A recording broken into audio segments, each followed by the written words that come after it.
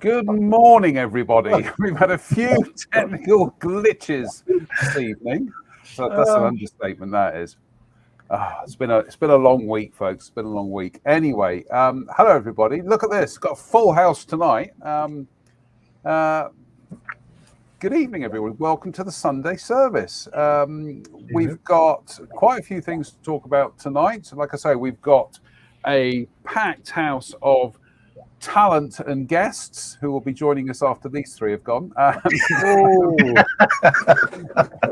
Anyway, good evening, gentlemen. If I can be so liberal with the English language. No need for it, is there? How are we all? All right. Yeah. Good. Yep. Just on the waning side of a cold, but apart from that, fine. I think as we get a bit older, we're permanently on the waning side of a cold, aren't we? That's what it feels like. It feels that way anyway. Yeah. Oh dear.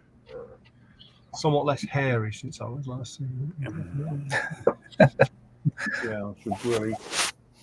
I'm so glad Chris joins us because he makes an effort. I mean, look at us with our sweaters and t-shirts and goodness knows what, and look at him. Look, it's just. It's only 11:40 where I am in the morning, so Chris does, well, what it is Chris does all of his online socialising before or after church on a Sunday. The rest of the time he's in sweats. That's right. All the rest of the time I'm just a complete slob wearing t-shirts and stained t-shirts that I've been painting a house in. Always. He makes the effort for church and then tries to sell it to us as this is how he always looks. That's right. It's feeble, but it's what I do. Right, we've got stuff to talk about tonight. So shall we dive on in, as Roger would say on American Dad? But I am going to finally, after the embargo, now we can talk about the Tamiya Porsche 911 GT3 RS. So this has been completed, not to a standard that Mr. Ian Hartup would recognise, but what the story is behind this. Let me just go to Solo. There we go. Hobby Company said, look, the kit is molded in colour, a bit like Matchbox. They didn't mention Matchbox, but could I build it, but work with the plastic colours and just paint what would be necessary? So in this instance, pretty much all the bodywork that you can see here is the kit molded in colour and with the decals. The only little bit of painting I did were the wheel hubs, but like I say, it's not how I would choose to build a model. But when you're being asked to build something for a display, you have to work to a customer's requirements. So yeah, exactly. So I'm sure if I had another stab at this, I could do it much better. For some reason, my decals wrinkled, which that's me. That's not the decals, but it's done. It will be on display on the Hobby Company stand at Telford in, what are we looking at, Drew? Just over 4 weeks' time? Just over 4 weeks' time, isn't it? So, yep, there we go. A model. I mean, so you've done what you were asked to do, John. You've proved that it doesn't need paint if you. Yes. Yes. So you've done exactly what the requirement was. What the requirement was, yeah. Yep. So great fun. Absolutely, it's a Tamiya kit. It's going to be great fun. But anyway, that's that one done. So Model finished, ready to be delivered. Ian, you can watch again now because you're probably sat there thinking, "Oh my goodness me, what has he done?" Yeah, listen, you work within the criteria of what the customers request, don't you? So it's one of those where that's what they wanted to see.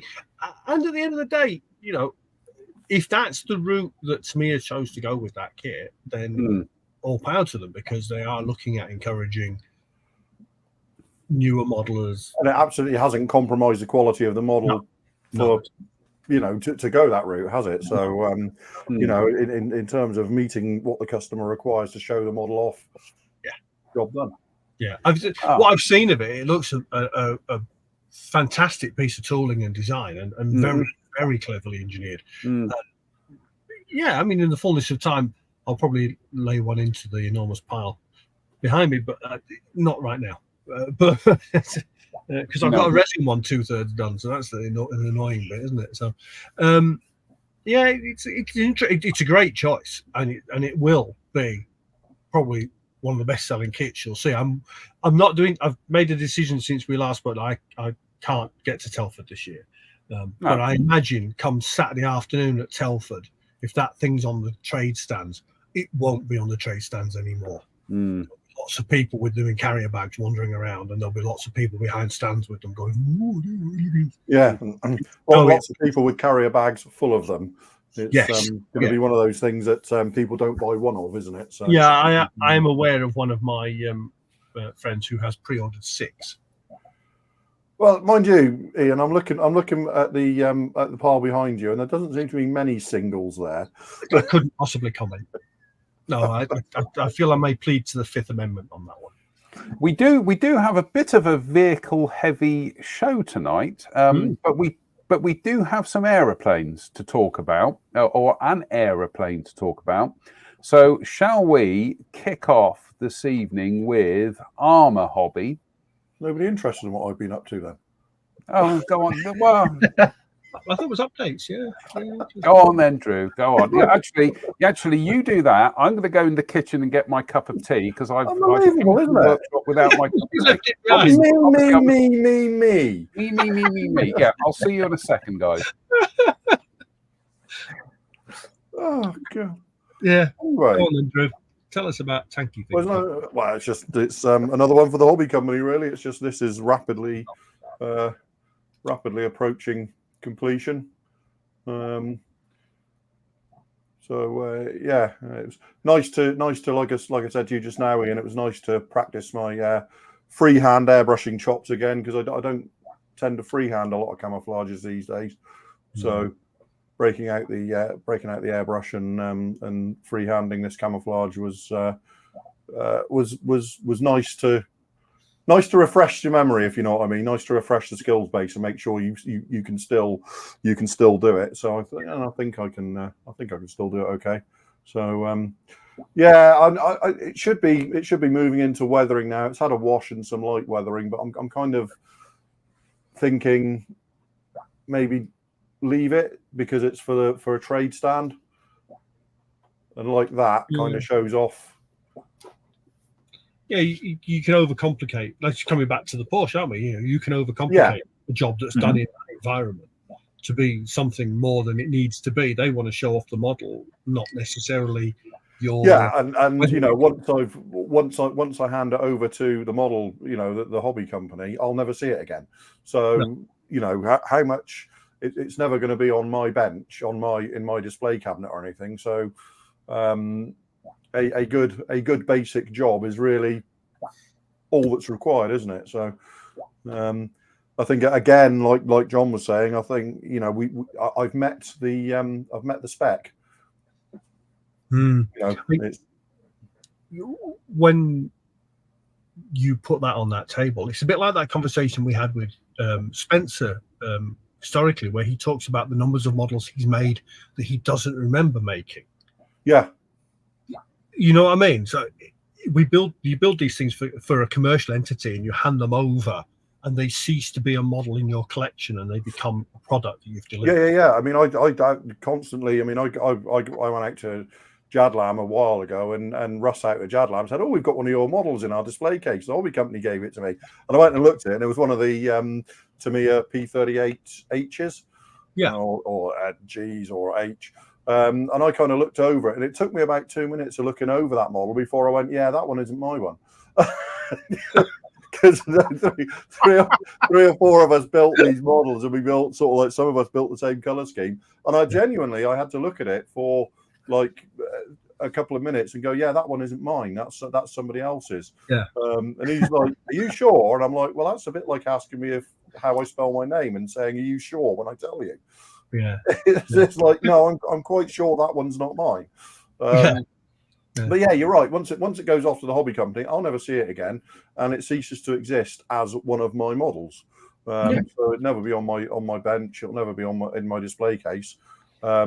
So you know, to a large degree, that's enough. And there's lots of little things like there's no tracks under there. Look, there's no tracks under the skirts. The pads. Well, why would you do all these ones? So there's about 10 or 15 pads per side have been painted, because once it's sat down, you're never going to see all the rest, are you? So you know, call it the Francois Verlinden approach. He was always well known for it, wasn't he? Yeah. I think we have to say, you know, we're lucky that I gave the underside of the hull a coat of paint, really.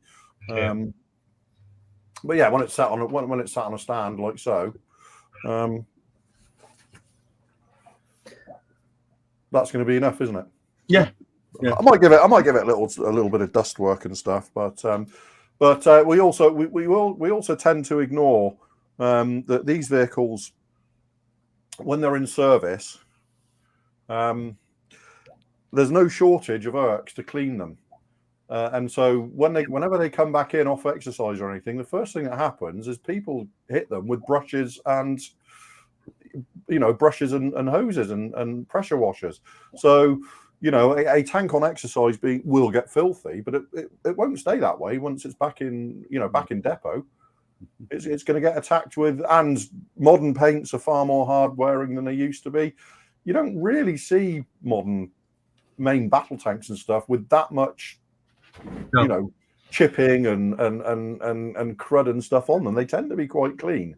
Is it because they're no longer a throwaway commodity? If you think about, there is, absolutely. It's when you're spending, £5 to £7 million on, a tank, that's very definitely not something that you once it's gone, it's gone. Nobody's just driving one of those off of the production line into combat, are they? It's not your great Babushka's T-34, is it? It's a different thing altogether. So yeah, they tend to be very, very well looked after these days, which is my excuse for not weathering it. So there. Well, I've got a similar dilemma with the Bedford that I've got to build, the Italeri Bedford, well, the Max Bedford, but the Italeri Bedford. But it's all that underside, and my modeler's instinct is to weather it. My pragmatic instinct is nobody's going to pick the model up and look at it, so just paint and weather the area. Like that it's painted, but weather the areas that people will see.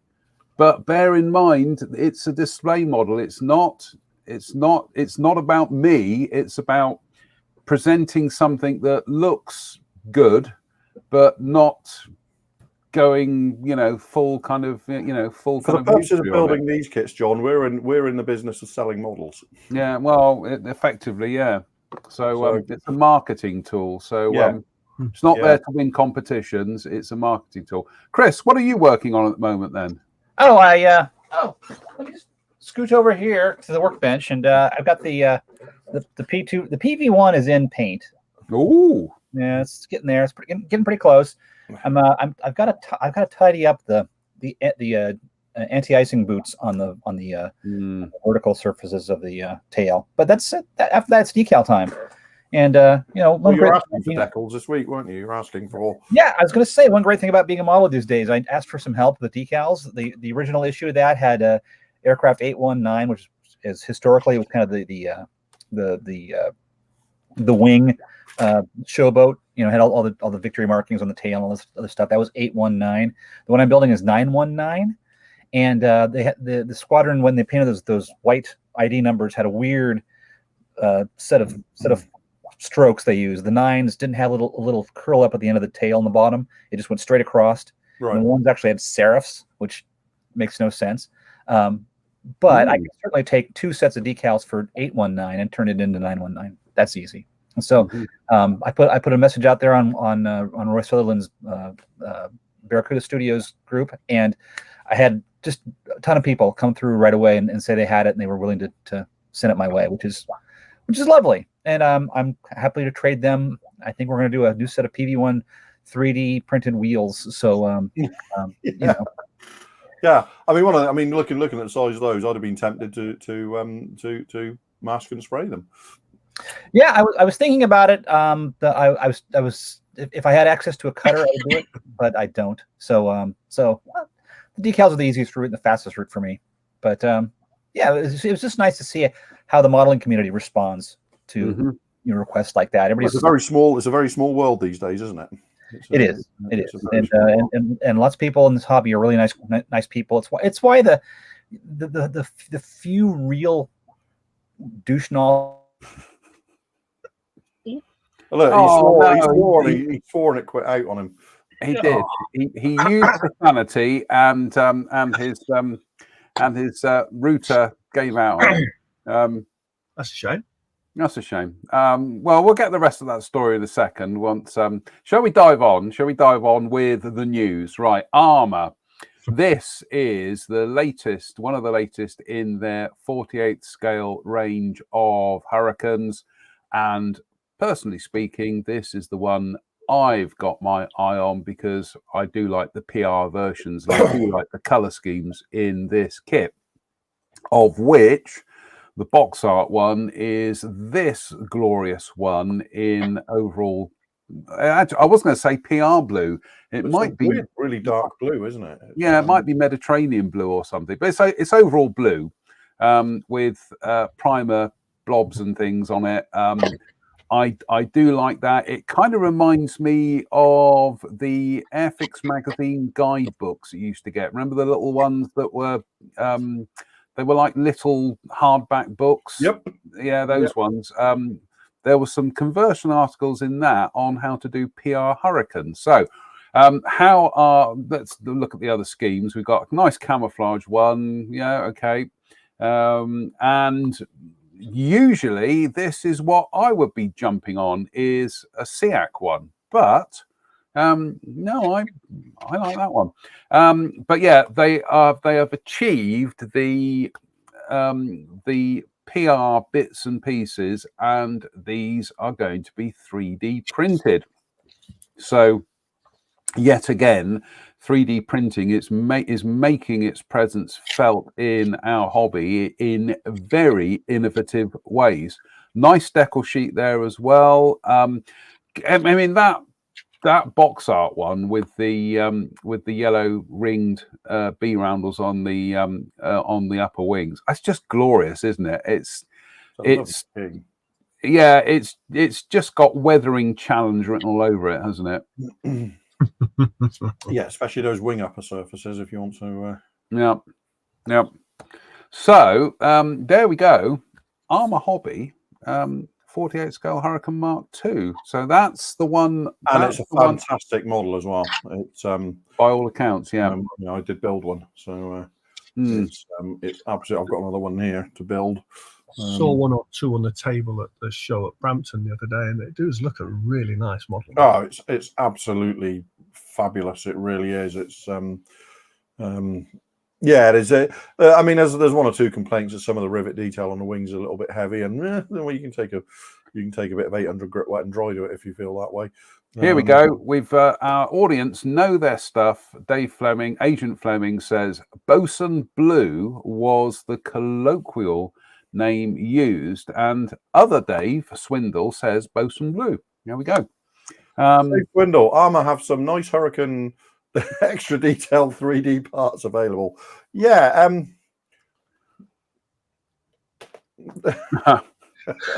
a bucket of 3D parts from the Armour files. I have to say, if anybody's going to be able to identify Bosun Blue, Dave Swindell is the man. As his ex-merchant navy. It's not mine.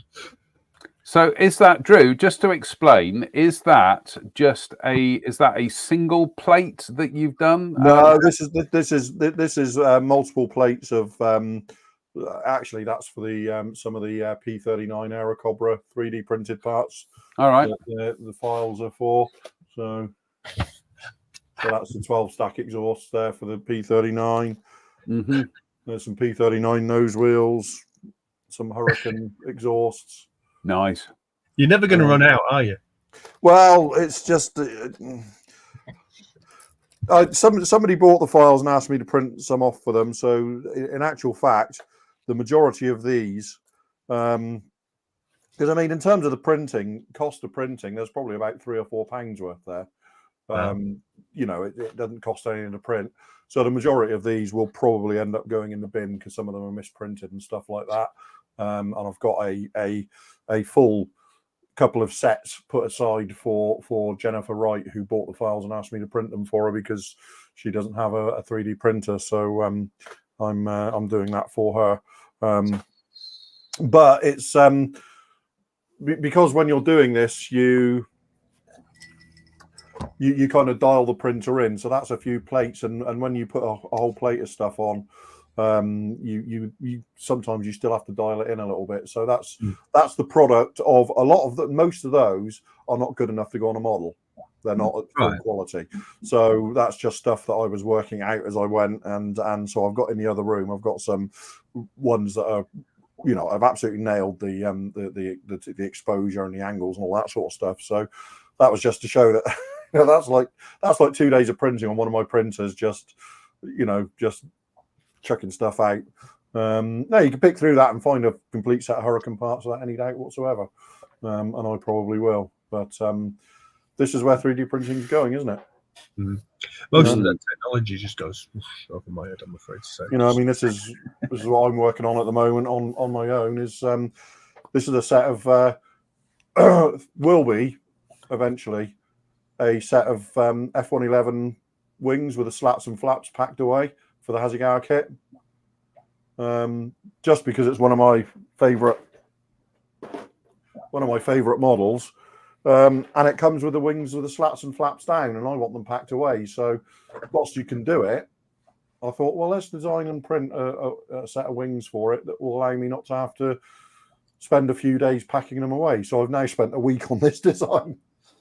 Rabbit hole. Yeah, well, absolutely, because again, it becomes iterative as you kind of if you like, refine it and sort of work on your design. So that's kind of a mid stage. You see, there was some support issues with that because it's twisted and given itself a little bit of uncommanded washout at the tip and stuff. But that's down to me supporting it, which will be worked out. So that's most of the top surface detail done.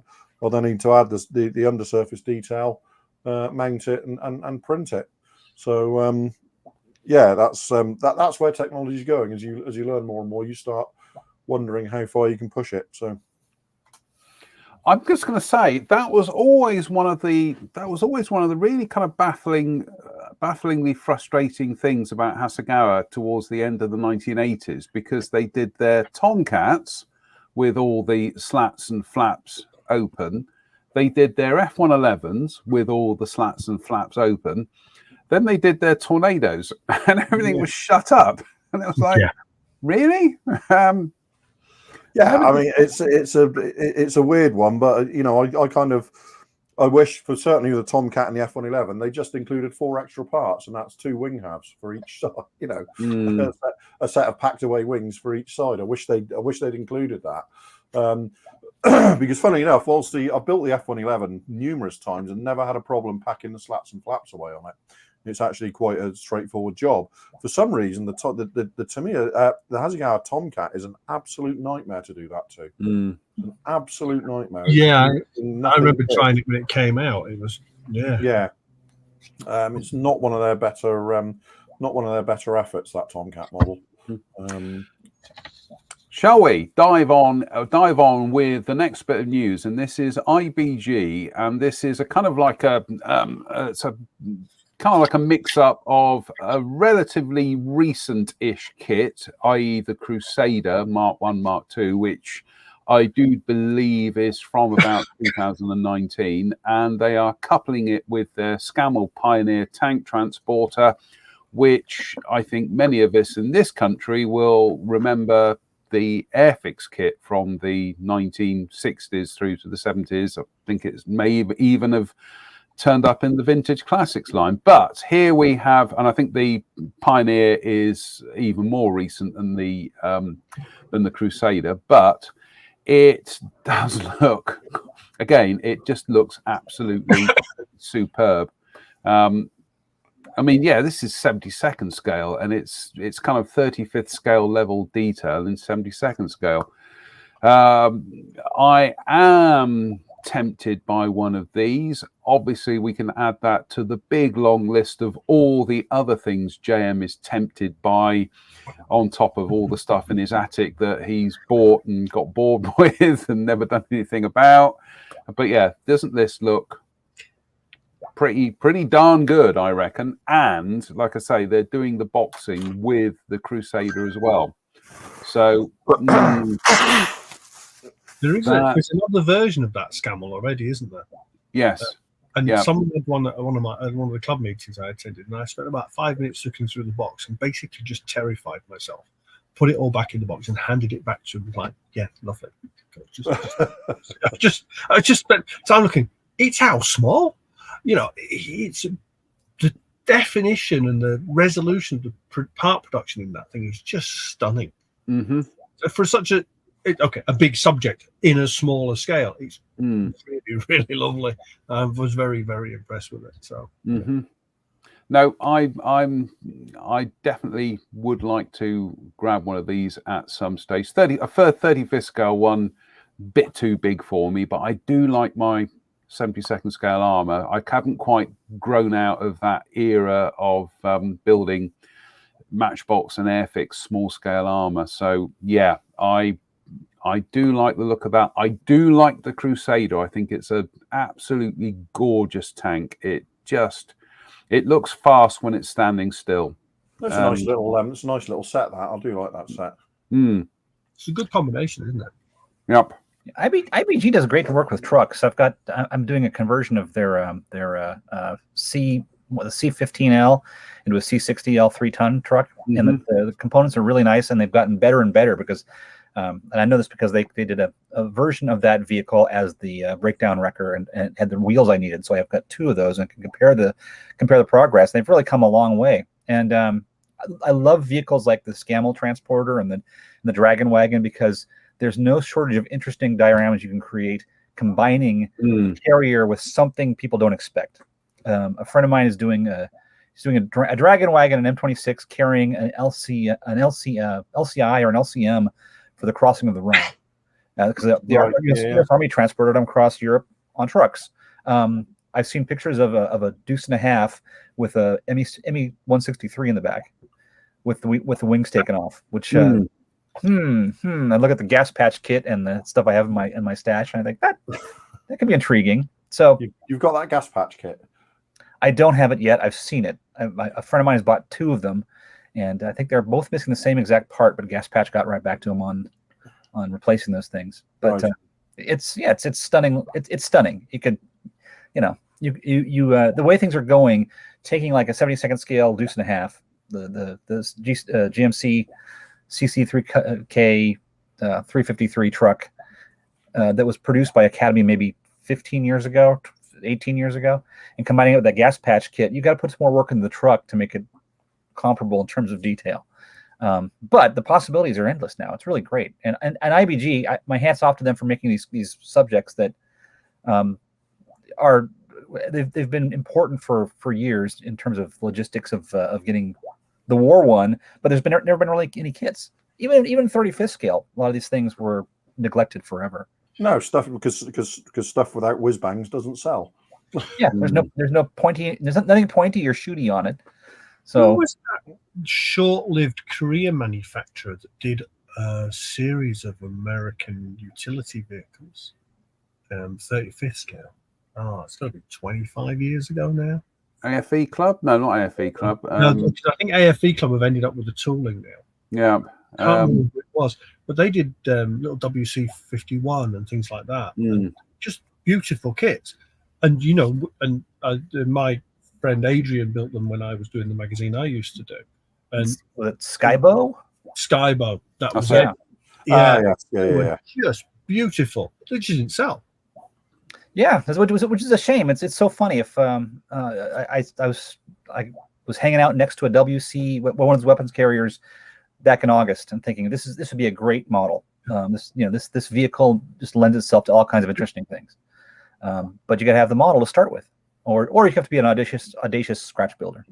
So. Some viewer comments here. Dave Swindle says IBG do some nice destroyers and corvettes in 1/700 scale as well. Gotta say, that does interest me. A corvette in 1/700 scale. And Russell says IBG 72nd scale IAR 8081 kits are spectacular. Again, I just haven't got round to kind of grabbing any of them. I've got a handful of the Dora 9s. Right. And if I'm honest, I think they're slightly overcomplicated. I think they've aimed a little bit high in the detail stakes there, and it doesn't quite, because they've included like etch for some of the under the wheel bay formers and stuff. Yeah, but it's really, really like 2 or 3 thou thick etch, and it's very, very flimsy and very almost impossible to do anything with. So I think IBG are sort of they're another one of these manufacturers who are leading the pack at the moment, but perhaps getting a little bit too, getting a bit, trying to go for too high a fidelity relative to the scale they're doing it in, and sort of shooting and maybe not missing as such, but it sort of takes it well out of beginner or even sort of or even middle skill for a lot of it. In fact, I designed 3D printed replacement undercarriage bay formers for it, because it was just, you were never gonna, you had to get these two pieces of really flimsy paper thin etch, and then trap another piece of etch between them to make one former, and you had to do that about 3 times. That sounds very much like my experience of dealing with some mini art photo etch stuff. You know me, I love mini art, but they can sometimes just err on the side of Talking of mini art. Well, what a surprise! What a seamless segue that was. One of the things that they announced for 2024 is a series of, as they call them, German cargo trucks. Obviously, we know what it is, and they know what it is, but licensing, so there we go. So they have released the versions of this. I think the first one they released was a civilian cargo truck version. They have that one in the works as well. May even have been released. There's also that one, another military one, and an Africa Corps one as well. I do like, let's call it what it is. It's an Opel Blitz. I do like the Opel Blitz. This goes back to, goodness me, quite a while ago, when I used to build I used to like building the Eschi ones, and then the Airfix 76 scale one came out. So I built them in smaller scales. I think the closest I've come to building a larger one was the Italeri radio wagon that I was asked to build for the hobby company 4 years ago. So I've never actually built a proper Blitz in 35th scale. I've actually got up in the attic. I've got the Italeri Opal Multia. How do you announce it? Multia. But I've got that one. But yes, so one can clearly see this is going to be the start of a whole family of Opal Blitzes from Mini Art, probably different cab configurations. I would not be surprised if they also do a Multia as well. So there's the decal sheet and the photo etch for this one, and there are some of the schemes. I do like that Africa Core one. It's hello compressor. I just think that looks pretty nice. And yeah, that's there we go. There's there is a nice idea of the amount of photo etch has to go into this. Yeah, I'm not a big fan of tiny little brackets like that, but hey ho. But I don't think anybody is. No, Well, they spare you doing photo etch versions of all those little tie downs. yes, That would be yeah. It's anyway. There we go. So Mini Art have they're kicking off a brand new family of Opal Blitzes. So I'm just trying to think what have we got? What's out there at the moment? Because obviously there are the Tamiya kits. There are the ancient Italeri kits. I'm sure our audience will know. You nailed it there. Yeah, 35th scale. I think that's. Yeah. I'm sure I'm missing an obvious one at the moment, but I'm just going to check the comments actually. No, there's nobody talking in the Dragon. Dragon, yeah, Dragon have done it as well. Rob Monfils gets straight to the point. Lots of irritating etch. Not a big fan of it. Which is weird because obviously one of my first jobs when I left art college 100 million years ago was working for Tim Perry, i.e. Tim Perry PP Aeroparts, and and then doing designing photo etch stuff for Mike Holloway of Reheat. So I actually have a pedigree in designing photo etch stuff. Frankly, I can't stand it. No, I've never. I mean, I sometimes it works really, really well, and even on that Leopard, there's little bits of there's a little etch sheet with that. I just don't enjoy working with it. No, I think if it's something, I think on the Mini Art Tempo, it was something obvious like the grill to the radiator. Yeah, fine. Yeah, but smaller stuff, it's just like it's soul destroying. And I will say this is one thing that Tamiya tend to get right with the balance of their kits is if they include photo etch bits, it's usually something that really cannot be molded, and they'll find an ingenious way of making it easy to use. I think one of the I think it was their T34 kit where it was an engine grill and they gave you a plastic mold that you put the photo etch part in, press down on it, and it shaped it. Yeah. Well, the Leopard's the same. The Leopard has got photo etch parts for some of the bins, but there's actually on the sprues there's a mold that is 2 parts with keyways in it. You drop the etch part in, you push them all together, and it forms the. Mm-hmm. It makes it. It makes it as idiot proof as making etch to difficult shapes can get. Mm-hmm. But what it does is it makes it slightly less unfun. It doesn't actually, it's still. Oh no, it's still etch. But yeah, it has its place, doesn't it? Let's be honest. I think it. Yeah, I mean, it has its place. Doesn't mean I'm ever going to enjoy using it. No.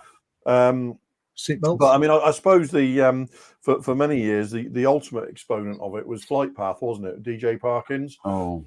Where you'd have sort of a 30-second scale laser guided bomb and the front fin that was faceted, so therefore you had to laminate 4 pieces of photo etch together to get the laminations to get the, and it was just like, really.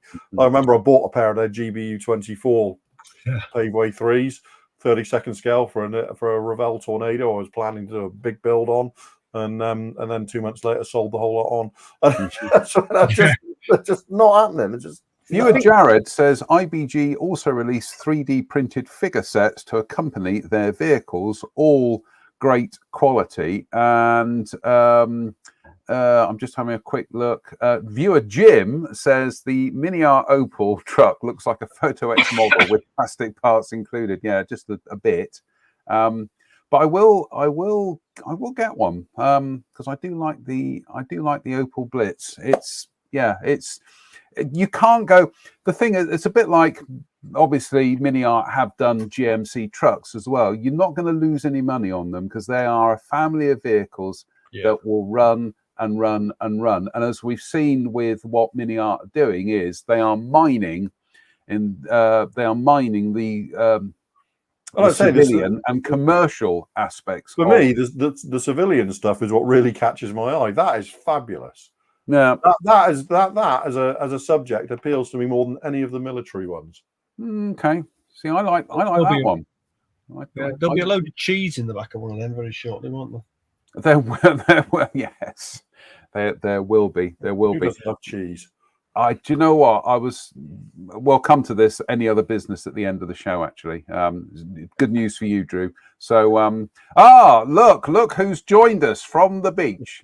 Mr. Reeves. He says, hi from Mexico all. All I can say, Mike, is we better be getting gifts out of this jolly in Mexico, or we're finding another bass player. So, yeah. I mean, I'm reading between the lines. They're in Cancun, but like, okay. And Dave says Blue Rider did a Blériot 11 that had 2 vac wings, and most of the rest was Photo X. Yeah, that you can understand. I can understand why it was necessary to do it that way. That doesn't mean I ever want to have anything to do with that kit. And the best place for it is someone else's collection. And they did a Morris Farman as well, an MF11. I remember building that. That had front switch braces and all sorts of nonsense going on. Yeah. Oof. I think I've just about recovered. Oh. Last news item for tonight, and this one, I got to say, this has tickled me. I think it's tickled you as well, Drew. It's a vehicle heavy show tonight, Ian. I'm glad you're on. Yeah, and this is AK, and they've already started releasing this family of, again, for licensing reasons, they can't call them V-dubs, but yeah, they're classic V-dub camper vans. Yes, I mean 35th scale. Obviously, the V-dub has been released in other scales down the years, down the decades even, but never in 35th scale. What schemes are there in the kit? Looks like the mystery machine there, doesn't it? So there we have a nice variety of schemes, and yeah, this I'm going to get one of these, and I think you are as well, aren't you, Drew? My mind is immediately going to one of those in the flowery hippie scheme, next to a leopard one in Germany somewhere, with some hippies talking to some soldiers. Brilliant. In the sort of the early 70s sort of thing. That's where my mind immediately went. Yep. I like the sound of that. I got to say that the circus one there, I had to do a double take to make sure that wasn't a reference to the James Bond film Octopussy. It's not, but that's just the way my brain works. But yeah, so there we go. So AK Interactive, I mean, they've done some brilliant stuff recently, haven't they? They've done the Landis, they've done some other little kind of military vehicles as well. But this, and also, as that box art shows, you can weather these to your heart's content. In fact, if it's anything, if you know, I'm thinking of camper vans that friends of mine have owned, and essentially the paint was the only thing keeping the rust together. So they were real rust buckets. But yeah, I'm put me down for one of these. Who knows, folks? We might even see how much they are. Might even do a little group build. We'll see how things go. Ooh. Oh, he's back. He's back. Yeah, my internet here in the technological wonderland that is California is just abysmal today. So it's almost like there's an infrastructure issue in the United States. you would think. Oh, we're in the middle of a heat wave too, so who knows what happens? Something blows electrically somewhere, and there's a chain reaction. So, viewer comment. Cobbler's children have no shoes. That's what the Bay Area is like. Yeah. Yeah, Andy King says the Flower Power T2 is on its way to me. Viewer Dave says, seen those as German Air Force crew buses. And Jim says, does the VW hippie van come with beatniks? Oh, Jim, come on, be a bit more enlightened. Come on. But yeah, that's on my to-do I'm fairly list. certain that diorama idea of mine will forever be in my mind's eye, but it would be an interesting one to do. It was just... Drew, when was the last time you constructed a diorama? Ooh. Have you ever constructed a diorama? Decades, if ever. I mean, I think I messed around with a few when I was a teenager. I just kind of run out of steam. Sort of. I love watching people build them, and I love building them in my mind's eye. But it's just whenever I get sort of to the end of like the first model of the proposed diorama, I'm just like, I've had enough now. I want to build something else. Yeah, I want to go on something. Unless I can work this Tomcat into this 1941 diorama, I'm not really interested. Actually, I think the most recent diorama, didn't you build the Tamiya Tomcat on the flight deck? I did build it on the carrier deck, didn't I? Yeah, you did. So there you go. You have done a diorama recently. Is that not a vignette because there's no figures on the base? There was a figure on the base. There is, isn't there? There was a figure on the base. Yeah, there was. Aha! Yeah. Aha! There was a guy touching and pointing. Was he Pointy guy? The cat guy. Yeah, the pointy at the. And I do declare, I think that model is still on display in Jadlam in Glastonbury. I don't think it ever was. It wasn't there the last time I saw it. Oh, okay. I think the hobby company have got so many models to farm out to people for displays that you go, oh, that's yours, isn't it? And you go, no, no, not mine. Never had anything to do with that. Gentlemen, I'm afraid I am going to have to do this. It is any other business. I've got something to show. Oh, go on, Ian. So, those of you who've been following my page will know that I've been building a Ford Galaxy. And tonight I put the first coat of gloss on it. And I drew this earlier. SMS, who are friends of us, I wanted something different for the roof and for the side inserts. So I've used their mother of pearl. I don't know if you can see that where the clear coat is, but... Oh my goodness me, that is beautiful. Wow. That's under one not particularly heavy coat of initial gloss. As you can see, there's a patch in the middle that's not glossing up. But yeah, that I'm very, very impressed with that. Yes, I should be using that again on something else. I've got another plan. It's very pretty, isn't it? Yeah. That's the AM. That's a proper car as well, isn't it? That's got a proper car shape. Yeah, that's a... there's quite a bit of work gone into this because I've Frenched the back bumper in and made a new roll pan at the front.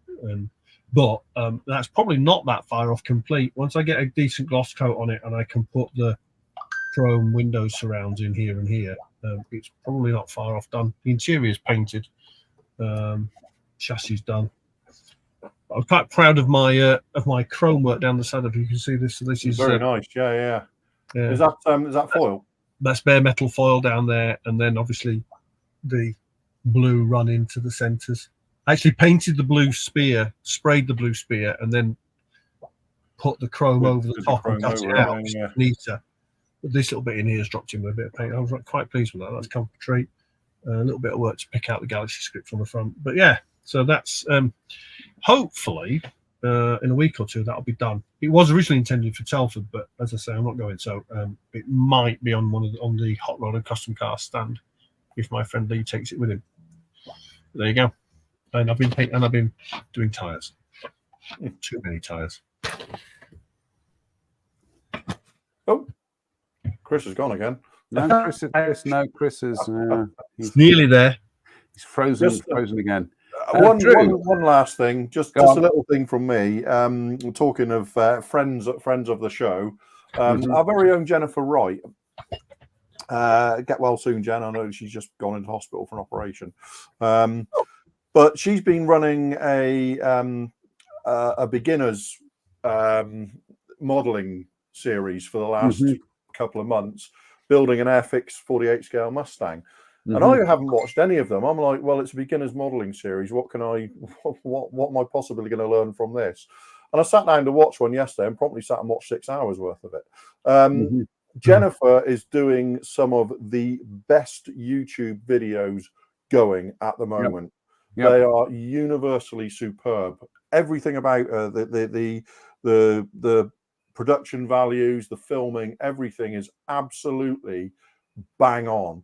And of course, you've got Jennifer's modelling sort of in the mix as well. So if anybody actually wants to learn an awful lot about modelling in a very, very direct, easy to digest way, go and look at her beginner series on building the Airfix Mustang, because it is truly remarkable in the way that she's making, it's basic techniques, advanced results, very much so. But she's actually showing you how she does it very, very clearly and in great detail, and also in a very, very digestible way that makes sort of sitting down and watching it a pleasure. So, like I say, get well soon, Jen, and I'll get these bits off you in the next week or two. And just for people, just go and watch Jen's videos. I've just shared the link onto our Facebook page. I think I've already linked it from your page anyway, but I've just done a fresh share of it. So if everybody heads to the Interesting Modeling Company, the Interesting Modeling Company page, it should be there. Or if they head over to Drew's model page as well. But there it is. It's there. But yeah, very, very much that there's an awful lot to learn from those videos, and just everything about them is so well produced. Can't recommend them highly enough. Robert asked, JM, would it make the car better if you polish the white plastic? Yes, it probably will, Robert. Well, what I'm going to do is I'm going to let it sit for at least a couple of weeks. Then I shall go at it with a bit of plastic polish. So good idea that. Chris, any other business apart from get a new internet service provider? Yeah. Well, so I'm getting on the car thing. Here's my 72nd scale 42 Ford. It's an Ace kit. It's pretty terrible. It gives me a lot of more respect for car builders. And it'll be plodding along. I'll put it together on the diorama. I've got some figures of American World War II era folks walking across the tarmac, talking to each other with briefcases in their full Class A's, which is clearly a staff car kind of thing. So that'll be nice. But it's a fairly rudimentary. Like it doesn't give you clear parts. That kind of rudimentary. That is quite rudimentary, isn't it? Yeah. But last night I was watching an episode of 12 O'Clock High. I'm like, oh, there's a 42 Ford. So did it have any windows? Pardon? Did it have any windows? In the real one? Yeah. Oh, dagnabbit. Darn, I could have skipped a step there if General Savage was being blown to death by the slipstream if he drove it on the road and everything. But no. It's fun. It gives me a lot of respect for car modelers, especially folks like Ian who tackle some of the older kits, which have sort of inherent issues you got to deal with. I can tell you, even building something as relatively pain-free and modern as that Tamiya Porsche, again, I've got massive respect for car modelers because everything about my technique is geared towards dirty tanks and aeroplanes and have to build something which is concourse perfect. Completely reset your Yeah, I just need to kind of I need to get my head around it a bit more. But it's a learning curve, and I'm enjoying the learning curve. So I'm just gonna sign off this week to say that I had a telephone call on Friday from my consulting surgeon, Dr. Porter, who was delighted with my MRI from 3 months ago, and he's effectively now discharged me as a patient, with the proviso that they'll see me either in 3 years' time or 5 years' time. Which would I prefer? And I thought, well, actually, I prefer next year, but I don't want to go that long without a checkup. But he said, no, 3 years' time, fine. So big relief, that, I think it's fair to say. So you can let it go now. No, I am gonna plague you all the way up to Telford in a few weeks' time. You are gonna get it in the neck, chummy. You'll be eating your sausage at the Lakeside Cafe, and I'm gonna get you. I really am. No, I won't. I'm joking. But So thank you, Dr. Porter. Thank you, the NHS, and also thank you to my friends Lisa, who looked after Derpy, and to my friend Tara, who was the one who just said, nope, I'm not happy, I'm taking you to the hospital. So frankly, if she hadn't have done that, I wouldn't be here. So thank you, Tara. So on that note, ladies and gentlemen, we're going to leave you for the evening. We're going to try and do some more. I'll try and do some more pop-up lives during the week. Fingers crossed. You around next Sunday, Drew? Oh, it should be, yeah. Yeah, Chris? Yeah. Pretty likely, yeah. Yeah, Ian?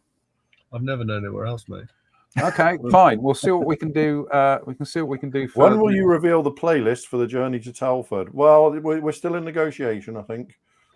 Oh, it's pretty much going to be there is all, we always add an extra track every year, but bear in mind you haven't been for 5 years. I think I've got to add 5 extra tracks. So and we occasionally swap out a track here and there. So yeah, well, we'll work on it. We will publish the playlist, because that playlist is awesome. It's absolutely, can't wait, frankly. Notice Mr. Monfay's referred to PSB there, and your comment on it.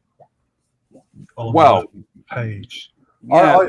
I have a feeling at some point over the weekend the new album will be on in Toto. Yeah. Not the band Toto, just no. Funny enough, it set me down a rabbit hole, which I was going to tell you about, but we've run out of time, so we'll have to wait. But let's just say this came off the shelf. Do you know what? We are going to have a bit of any other business a bit extra for those who don't know what we're wittering on about. It's a fabulous band called Public Service Broadcasting. How would we describe what they do, Drew? It's documentary music. Documentary music. But they've got a new album called The Last Flight, which is a concept album about Amelia Earhart. They are absolutely brilliant, and everybody go out and buy. If you want a taster, go out and buy The Race for Space, which is absolutely brilliant stuff. But yeah, mine should be. When you have a discussion about PSB, different people have a different favorite album, so they're not doing too much wrong. If nobody can agree on what the best album is, a band isn't doing too much wrong, are they? No, absolutely. So, I mean, for me, it's Every Valley is the one that is a gut punch for me every time. But you see, I love Bright Magic because it's so different to everything else they've done. But I never quite clicked with Bright Magic. I love the first 3 albums are brilliant, but Every Valley for me is just a real, emotional gut punch. It is. Yeah, we'll talk about Public Service Broadcasting another time. On that note, I just want to say a big thank you to Drew, to Ian, and to Chris for joining us tonight, and a big thank you to everybody who's tuned in. Bless you, really do bless you. Thank you for giving up your time to watch four middle-aged men witter on about their favorite hobby. We will be back, like I say, we'll be doing try and do some pop-up lives during the week. If not, we'll see you, hopefully we'll see you next weekend. Until then, everybody stay safe, stay out of trouble, and we'll see you very, very soon. Build a model, for goodness sake. That's what we're here for. Bye, everybody. Carol. Bye.